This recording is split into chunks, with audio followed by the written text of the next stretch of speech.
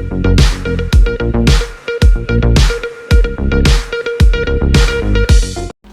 News में आपका स्वागत है। मैं आपके साथ फरहान नाज़। ನಾನು ನಿಶಾತ್ ಹೈದರಲಿ ನದಾಫ್ ವಾರ್ಡ್ ನಂಬರ್ 19ರ ಸದಸ್ಯಳಾಗಿ ಕಾರ್ಯವನ್ನು ನಿರ್ವಹಿಸುತ್ತಿದ್ದೆ.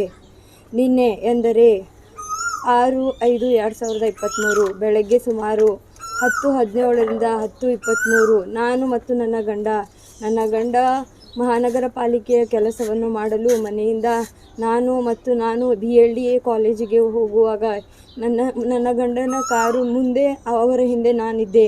ಆವಾಗ ನನ್ನ ಮನೆಯಿಂದ ಒಂದು 100ರಿಂದ 150 ಮೀಟರ್ ದೂರಿನಲ್ಲಿ ನಾನು ಅವರ ಹಿಂದೆ ಇದ್ದಾಗ 2 ಕಾರ್ಗಳು ಬಂದು ಮತ್ತು ಒಂದು ಮೋಟಾರ್ ಸೈಕಲ್ ಮೇಲಿನ ಮೋದಿ ಶೇಖ್ ಅಹಮದ್ ಅನ್ನುವ ವ್ಯಕ್ತಿ ಇಳಿದು ನನ್ನ ಗಂಡನಿಗೆ ಮಾತಾಡುವ ಹಾಗೆ ಮಾಡಿ ಅವರಿಗೆ ಹಿಂಬಾಗಿಲಿನ ಕಿಟಕಿಯನ್ನು ಒಡೆದು ಅವರ ತಲೆಯ ಹಿಂಬಾಗಿಲಿಗೆ ಮಚ್ಚಿನಿಂದ ಹಾಗೂ ರಿವಾಲ್ವರ್ನಿಂದ ಗುಂಡು ಹಾರಿಸಿದ. ಆಗ ನನ್ನ ಗಂಡ ಪ್ರಜ್ಞೆ ತಪ್ಪಿದ ಹಾಗೆ ಇಳಿದು ಓಡಿ ನನ್ನ ಹತ್ತಿರ ಬರುವಾಗ ನಾನು ಅವರ ಹಿಂದೆ ಇದ್ದ ಕಾರಣ ಅವರು ಹೆಂಡತಿ ಹತ್ತಿರ ಉಳಿಬೇಕು ಅಂತ ಹೇಳಿ ನನ್ನ ಹತ್ತಿರ ಓಡಿ ಬರುತ್ತಿದ್ದರು. ಆಗ ಶೇಖ್ ಅಹಮದ್ ಮೋದಿ ತನ್ನ ಕೈಯಲ್ಲಿದ್ದ ರಿವಾಲ್ವರನ್ನು ಖಾದ್ರಿಯನ್ನು ಕೊಟ್ಟು ನನ್ನ ಗಂಡನಿಗೆ ಹಿಡಿದು ಅವರಿಗೆ ತೆಳಗೆ ಬೀಳಿಸಿದ.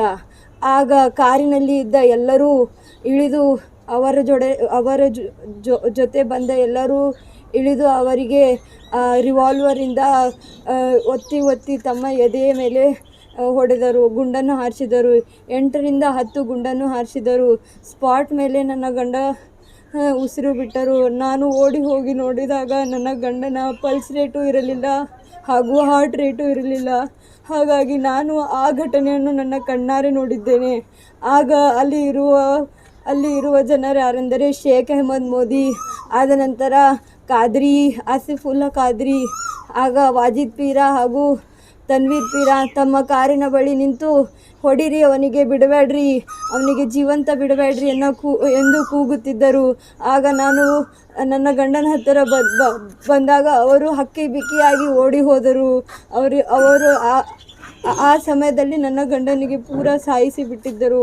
ಹಾಗಾಗಿ ನಾನು ಚೀರಾಡಿದರೂ ಯಾರೂ ನನ್ನ ಹತ್ತಿರ ಬರಲಿಲ್ಲ. ನನ್ನ ಗಂಡನನ್ನು ಯಾರೂ ಹಿಡಿಯಲಿಲ್ಲ, ಖಲಾಸಾಗಿದ್ದಾನೆ ಅಂತ ಅಂದರು. ಹಾಗಾಗಿ ನಾನು ಎಲ್ಲರಿಗೂ ಫೋನ್ ಹಚ್ಚಿದೆ. ನನ್ನ ಮೈದನಾದ ಮೊಹಮ್ಮದ್ ಅವರು ಬಂದರು. ಅವರು ಡೆಡ್ ಬಾಡಿಯನ್ನು ಎತ್ತಲು ಡಿಪಾರ್ಟ್ಮೆಂಟ್ದವರು ಅವಕಾಶ ಮಾಡಲಿಲ್ಲ.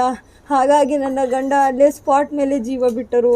ಆದ ನಂತರ ನಾ ಏನು ಹೇಳಬೇಕಂತ ಇದ್ದೀನಿ ಅಂದರೆ, SP ಸಾಹೇಬರು, ಈ ತನಿಖೆಯನ್ನು ನೀವು ಮಾಡಬೇಕು. ನಾನು ನಗರ ಸದಸ್ಯಳಾಗಿ ನನ್ನ ಗಂಡನನ್ನು ಆಗಲಿಲ್ಲ ಹಾಗೂ ನನ್ನ ವಾರ್ಡಿನ ಜನರ ಭದ್ರತೆಯನ್ನು ಉಳಿಸಲಾಗಲಿಲ್ಲ. ಏಕೆಂದರೆ 24 ಗಂಟೆ ಮೀರಿದರೂ ಡಿಪಾರ್ಟ್ಮೆಂಟ್ನವರು ಒಬ್ಬರನ್ನು ಅರೆಸ್ಟ್ ಮಾಡಿಲ್ಲ. ಹಾಗಾಗಿ ಈ ದುಷ್ಕರ್ಮಿಗಳು ಹಾಗೆ ಓಡಾಡುತ್ತಿದ್ದಾರೆ.